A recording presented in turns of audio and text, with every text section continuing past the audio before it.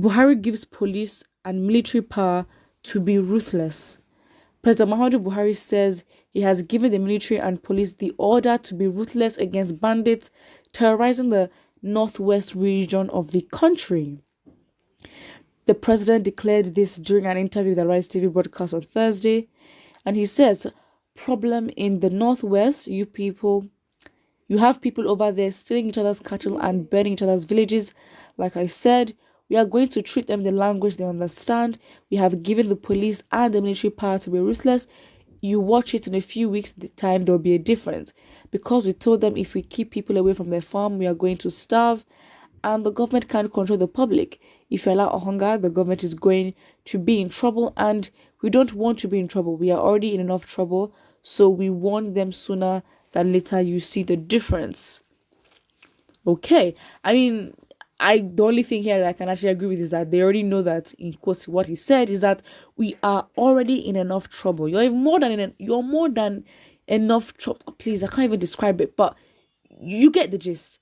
I haven't actually watched the broadcast, but again, with what he's saying here, this man, that was not clear. So again, I just think you need to be specific, and develop. What do you mean you give the order to be ruthless? Okay, fine.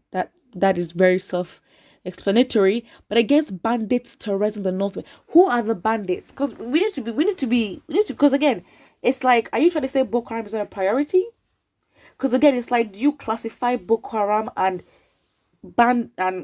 other headsmen as bandits and you are tackling them as one?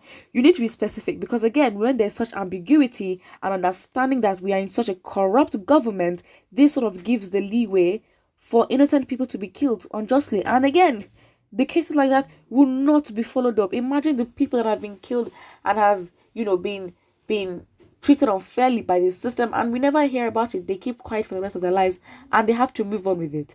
Again, the man countries and says we are going to treat them in the language that they understand. Again, plain devil's advocate, do you think that in a way Buhari's statement on Twitter and all that as well could have been misunderstood? Because again, it's writing you're not saying. Again, when you write certain things, again, no matter how much punctuation or whatever you need, the interpretation can be very much different. But again, we are in a country that, English is not our first language. Our real languages are very much, they're not as straightforward as English, as the English language. Like, our languages are very much like, there's deep meaning behind every single thing. Even our names, we don't take it as a joke. There's deep meanings behind everything. And again, our languages allow for us to interpret a lot. So again, I think we carry that also into the English language and how we learn and how we speak. And of course, Nigerians helped him say the words in plain honesty, as they might have meant to have said it or not. But the fact is that, plain devil's advocate, what if there's a possibility, which is a fact, that what he said might have been misunderstood? Just saying that. So yes, let's look at the comment section below.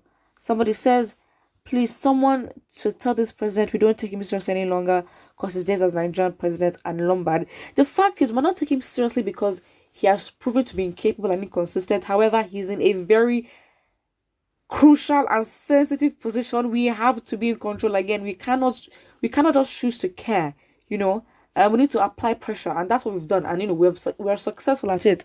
But the fact just remains that as much as fine, this man has frustrated us so bad, he's in such a crucial position that we cannot, no matter how much he may irk you, we have to be objective to make sure the right thing is done, and we are able to make sure that, listen, we don't just turn our faces away from what needs to be done.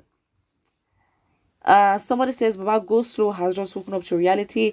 Please include killer headsmen, kidnappers, and Boko Haram terrorists. I think that is the thing. I think you can't be ambiguous with such statements when you are ordering security agencies to be ruthless and you just say, oh, bandits in the northwest. First of all, the northwest is not the only place that a lot of banditry is going on. In fact, the priority in that area is not banditry. In fact, it actually is in some way.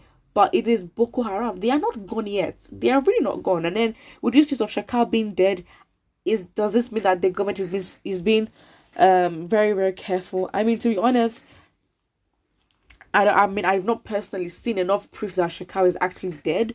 So again, I guess that's just what it is.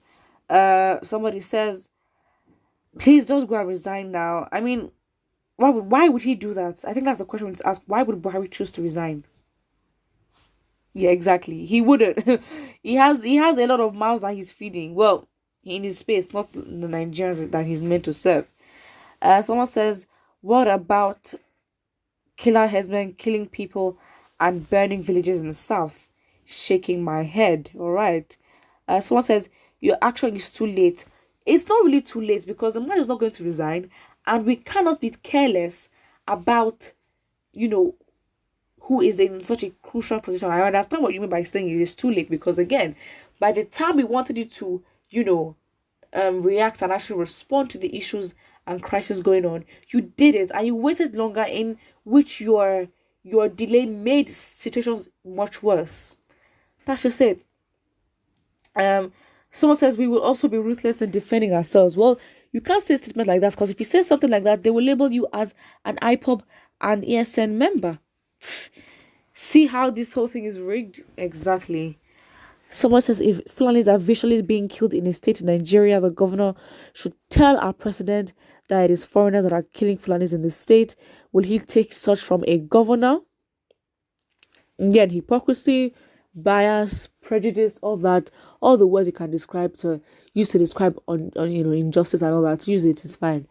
Someone says lie, Mr. Failure on all round. Again, we make the rules here, okay? We are the ones who will demand the change that we want to see. However, now that there's a sort of a reaction, I mean, there's literally a live broadcast. Well, live broadcast. There was a live broadcast. I haven't even watched it. But the fact is, as much as we may not really like the man, he's in such a sensitive point of power. And to impeach him, again, what the constitution is just a whole load of what I don't understand. I think it would just be a whole new process again, which would even take as long as waiting to the next election. So again, I think right now we just need to apply pressure and make sure that he does what is right. Changing him, again, it doesn't depend on who is in the government, but it depends on what they do. So again, we apply pressure to make change, and that is just what it is. So yeah, I don't know what Buhari was saying here. I think there's too much ambiguity in what he said. I've read just it. That is just it. So yeah, put what you think about it in the comment section below. Don't forget to like and subscribe.